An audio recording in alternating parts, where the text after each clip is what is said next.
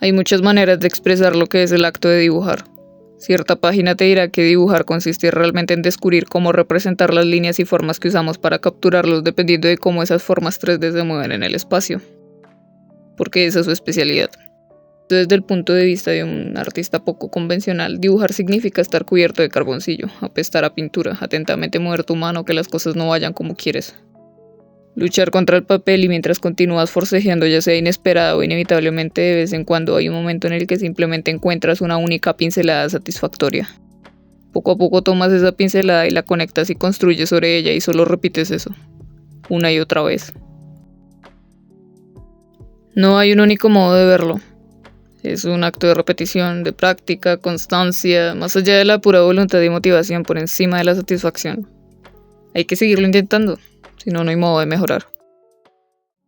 Dibujar en sí mismo es un arte, una voluntad, un lenguaje universal, uno de los modos de comunicación más antiguos que pudiese la humanidad concebir. En resumidas cuentas, un modo más de existir. Kakukaku Shikajika de Higashimura Akiko es una obra autobiográfica. Cuenta él cómo Akiko desde pequeña estuvo muy interesada en el manga, así que decidió convertirse en mangaka gracias a su afición. Higashimura es conocida como la princesa del Josei, un género de manga orientado a mujeres adultas y jóvenes, en el que se logra retratar con bastante exactitud la realidad social y emocional de la identidad humana, sobre todo de las mujeres. Y es bastante común encontrar en sus historias hechos basados en sus propias experiencias o directamente reflejadas en ellas. Así que en este caso Kakukaku es una serialización que muestra sus propias memorias desde la infancia hasta la adultez, realizando un recorrido bastante detallado de cómo ha vivido. Pero cabe decir que en realidad es una carta de agradecimiento a su maestro, a Kenzo Hidaka, el hombre que la encaminó hacia un modo de hacer arte que probablemente nunca habría alcanzado de no ser por eso. Pasando de ser una niña tonta de secundaria con el ego por las nubes que creía que podría hacer cualquier cosa, a una mujer adulta con una profesión y momentos de reflexión, que al mirar atrás se arrepiente de muchas cosas, pero debe aprender a aceptar que sin ello no sería quien es ahora. Akiko se retrata a sí misma como una chica estúpida, engreída, arrogante, ególatra, egoísta, codiciosa, insensible, vaga y deshonesta. Una estudiante ignorante que busca siempre un camino fácil, incapaz de estudiar adecuadamente, que con descaro confía en su nulo talento en el dibujo solo porque es adulada por sus conocidos. Pero lo cierto es que aquellos que no tienen ninguna inclinación por el arte siempre verán grandes cosas en dibujos mediocres, apenas hechos con esfuerzo y escaso conocimiento. Por lo que fue un golpe de realidad darse cuenta bastante pronto de ello. Es por pura casualidad gracias a una compañera de instituto que termina yendo a las clases de Kenzo. Un hombre feroz e imponente que no duda desde el primer día en denigrar sus dibujos y ridiculizarla frente a los demás. En aquel lugar él era la ley, el único que podía opinar, el único que podía obligarte a dibujar. Enseñaba a personas de todo tipo, estudiantes, ancianos, niños, a todos humillaba por igual. Si no se era lo suficientemente bueno, hacía que se borrase todo y empezara de nuevo. Rígido e incluso cruel, a ojos de una chica como Akiko, era como un infierno. Pero continuó asistiendo, aunque no dejara de recordarle que su arte era basura. El maestro se encargó de prepararla para que lograra entrar a una universidad.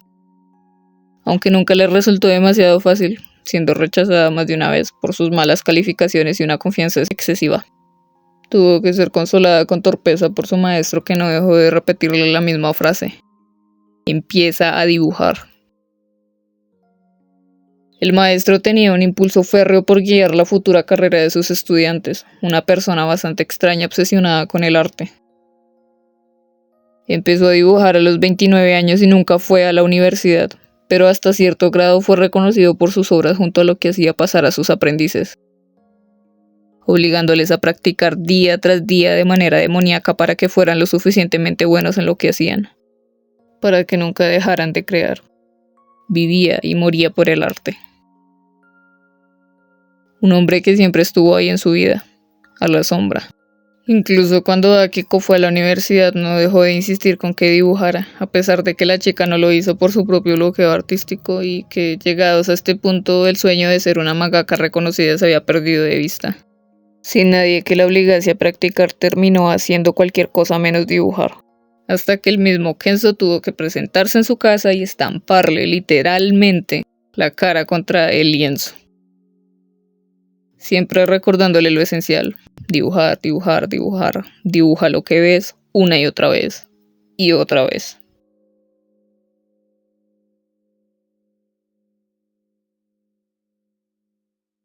Hay una frase de un poema perteneciente a un poeta mexicano llamado Jaime Sabines que dice: Alguien me habló todos los días de mi vida al oído despacio, lentamente. Me dijo, vive, vive, vive. Era la muerte. Me gusta pensar que Hidaka es la misma voluntad de aquella muerte a través de la memoria de Higashimura, recordándonos a todos nosotros que debemos dibujar y nunca dejar de intentarlo. Eso aplicado a cualquier forma de arte. Tenemos que obsesionarnos para poder vivir. Si no, solo seremos existencias vacuas, a la deriva y sin nunca llegar a conocernos a nosotros mismos.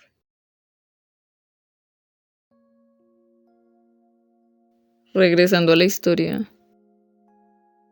vemos las distintas facetas de la autora como universitaria, como novia, empleada, madre, también como maestra, aún como estudiante, con Constancia estresada por su modo de vivir y la presión de su maestro, llevada al borde del colapso hasta que entonces, y solo entonces, se enfocó en el manga.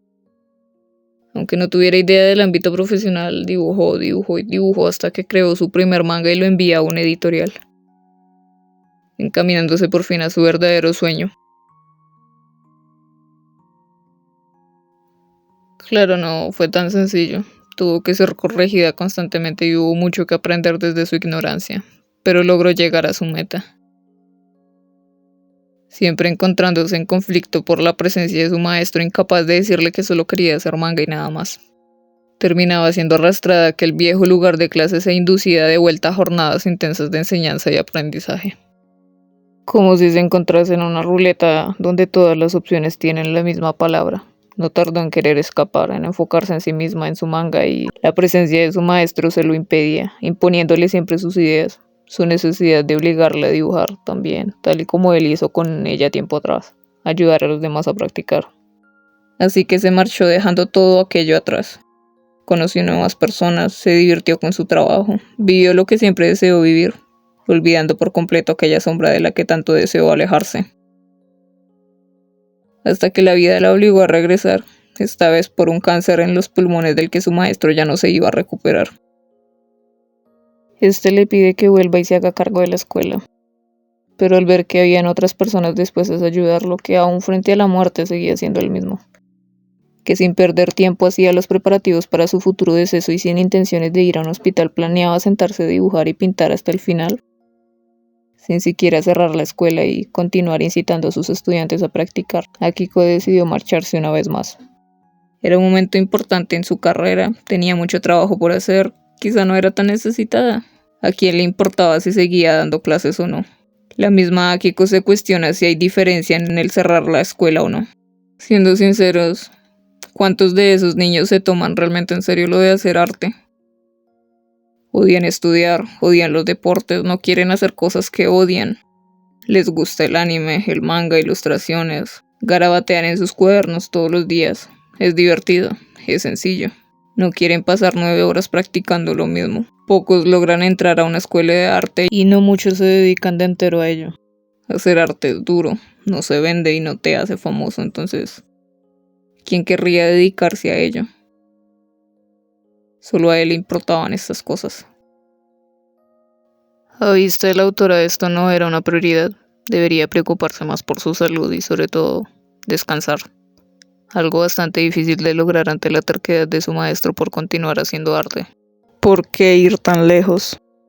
Lo cierto es que morirá y, a palabras de él mismo, no hay nada que hacer al respecto. Akiko se va y continúa con su vida. Produce sin parar y sin mirar atrás. No quería pensar en nadie más, ni siquiera en el tiempo que le quedaba a Kenzo. Lo vio por última vez, prometiendo regresar mientras en su lecho de muerte solo podía pensar en pintar, y no lo escuchó nunca más.